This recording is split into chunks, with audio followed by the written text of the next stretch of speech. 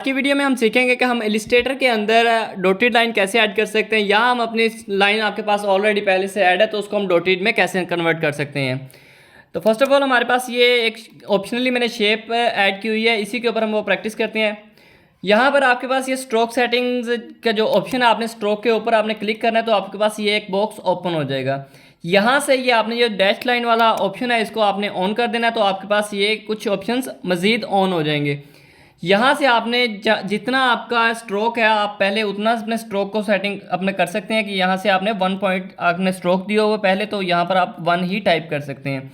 तो इससे क्या होगा कि ये आपके स्ट्रोक के मुताबिक कम वक्फे में ज़्यादा डॉट्स लगा देंगे।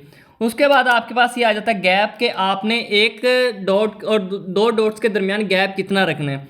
तो यहाँ पर आप अपनी मर्ज़ी से जितना आपको गैप चाहिए आपने उतने पॉइंट इसको बढ़ा देने, तो ये आपका गैप आपको शो भी करवा रहा होगा कि ये कितना बढ़ रहा है या कम हो रहा है। जितना आपको गैप चाहिए आप उतना गैप यहाँ पर ऐड कर सकते हैं। जैसे ये मैंने 1 पॉइंट इसको स्ट्रोक के मुताबिक डैश दे दिया, उसके बाद आपके पास आ जाता है गैप का ऑप्शन।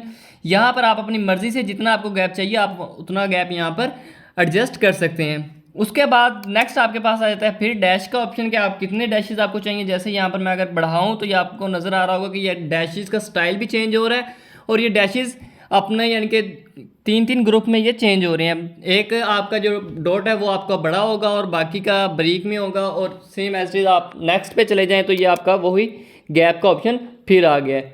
तो यहाँ पर ये आप फिर वही ऑप्शन है कि आपने कितना गैप रखना है, उसमें अपनी मर्ज़ी के मुताबिक आप यहाँ से अपना स्ट्रोक सेट कर सकते हैं।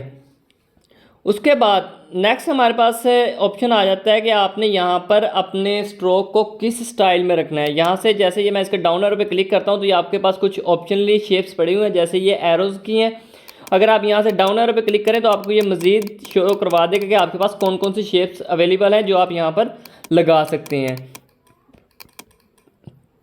यहाँ पर अगर आपको चाहिए जो भी आपको यहाँ पर शेप चाहिए आप जस्ट उसके ऊपर क्लिक करें और वही शेप आपकी जस्ट स्ट्रोक के ऊपर अप्लाई हो जाएगी। अगर हम यहाँ पर कोई अपनी एक लाइन ऐड कर लेते हैं तो यहाँ पर आपका एरो पॉइंट अच्छे से बन सकता है। जैसे ये हमारे पास एक लाइन शेप है और यहाँ पर वो मैं लाइन अपनी ऐड कर लेता हूँ। एंड उसके बाद हम यहाँ पर जाते हैं स्ट्रोक सेटिंग पे। स्ट्रोक सेटिंग के बाद आपने इसका डाउन एरो पे क्लिक करना है, तो यहाँ से आप अपनी मर्ज़ी से जो भी आपको एरो चाहिए जस्ट आप उसके ऊपर क्लिक करें वही इसके ऊपर अप्लाई हो जाएगा। नेक्स्ट आपके पास ये है कि आपने एक तरफ अपना एरो लगा दिया और दूसरी तरफ आपका एरो की बैक साइड लगाना चाहते हैं, तो आप यहाँ पर डाउन एरो पे इसके ऊपर क्लिक करें तो यहाँ पर आपके वो भी ऑप्शंस अवेलेबल हैं कि यहाँ पर अपनी मर्ज़ी से आप इसका बैक भी सेट कर सकते हैं, जैसे ये इस तरह। अब देखिए ये आपके पास एक एरो पॉइंट यानी कि आपका तीर बन चुका है। आप अपनी मर्ज़ी से जिस तरह का भी आपको चाहिए आप उसके मुताबिक अपना ये एडजस्ट वगैरह कर सकते हैं। यहाँ से ये मैं इसको स्ट्रोक इसका कम कर देता हूँ ताकि ये हमें अच्छे से और वाज़े नज़र आए, क्योंकि अगर हमने इसको स्ट्रोक बढ़ा रखा है तो ये आपका काफ़ी साइज़ आपको बड़ा नज़र आ रहा है, जबकि आपका साइज़ इतना है नहीं।